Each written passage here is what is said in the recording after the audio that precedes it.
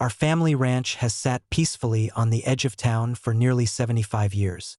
10 acres of sugarcane, some citrus trees, a small herd of cattle, and a big front porch where Grandpa reads the paper every morning before dawn. Life was simple, until the HOA moved in next door. A brand new development, Sunset Meadows, sprung up like a blister on the land next to ours. Cookie-cutter homes, decorative mailboxes, speed bumps, and an HOA board so drunk on power they thought their bylaws reached past their actual borders.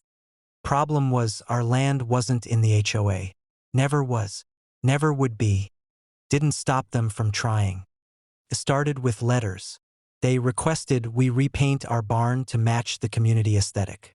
Then they demanded we trim back our trees, on our side of the property line, because they cast shadows onto approved HOA lots. We ignored them. Next came the so-called compliance inspections. 2 men showed up in blacked-out SUVs marked HOA enforcement. Not cops, not county officials, just HOA rent-a-cops with badges they ordered online and egos too big for their vests. They'd sit at the end of our drive with binoculars, observing us. One morning, Grandpa caught one of them snapping photos of our hay shed through the fence. He walked up and told them they were trespassing. They claimed they had authority to inspect for cross-boundary violations. Grandpa replied by running a tiller up the dirt road and blowing dust into their windshield until they left. But they weren't done. 3 days later, I came home to find a section of our front fence flattened. Tire marks led right up to where one of their black SUVs was now stuck in our front pasture. Wheels spinning, hood steaming. And who was standing beside it? One of the HOA enforcers, arms crossed, barking into a radio. Grandpa stepped out onto the porch and said, "What in God's name do you think you're doing?" The guy shouted back, "HOA business. We had probable cause to inspect this structure. Your fence was a visual obstruction and may be non-compliant with shared land regulations." Shared land? Grandpa scoffed. This land's been ours since before your HOA's founding members were born.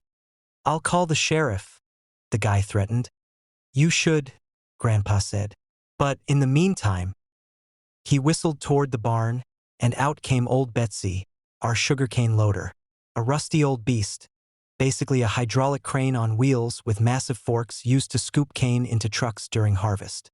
Grandpa climbed into the cab, started her up, and slowly rolled toward the stuck SUV.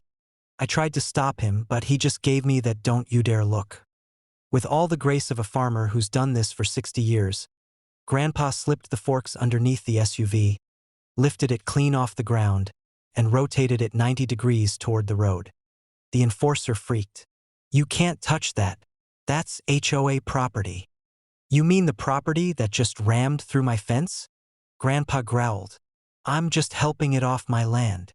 He drove the loader down the dirt path, SUV still dangling in the air, and deposited it just outside our gate, right into a ditch.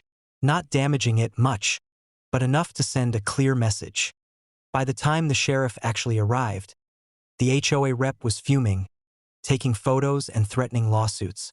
But the sheriff knew us, knew Grandpa, and after hearing both sides, he looked the guy square in the face and said, "You broke their fence.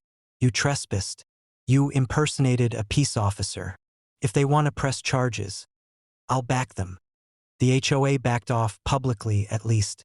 They quietly paid for the fence repairs, and their enforcement vehicles were never seen on our road again. They even sent us a letter weeks later, saying they reassessed the jurisdiction boundaries and confirmed we were outside their community guidelines. As for Grandpa, he painted a sign and hung it right next to the rebuilt fence. "Private ranch. Trespassers will be relocated by loader." And every Sunday, he still sits on the porch with his paper and his coffee, watching the HOA security golf carts roll by at a respectful distance.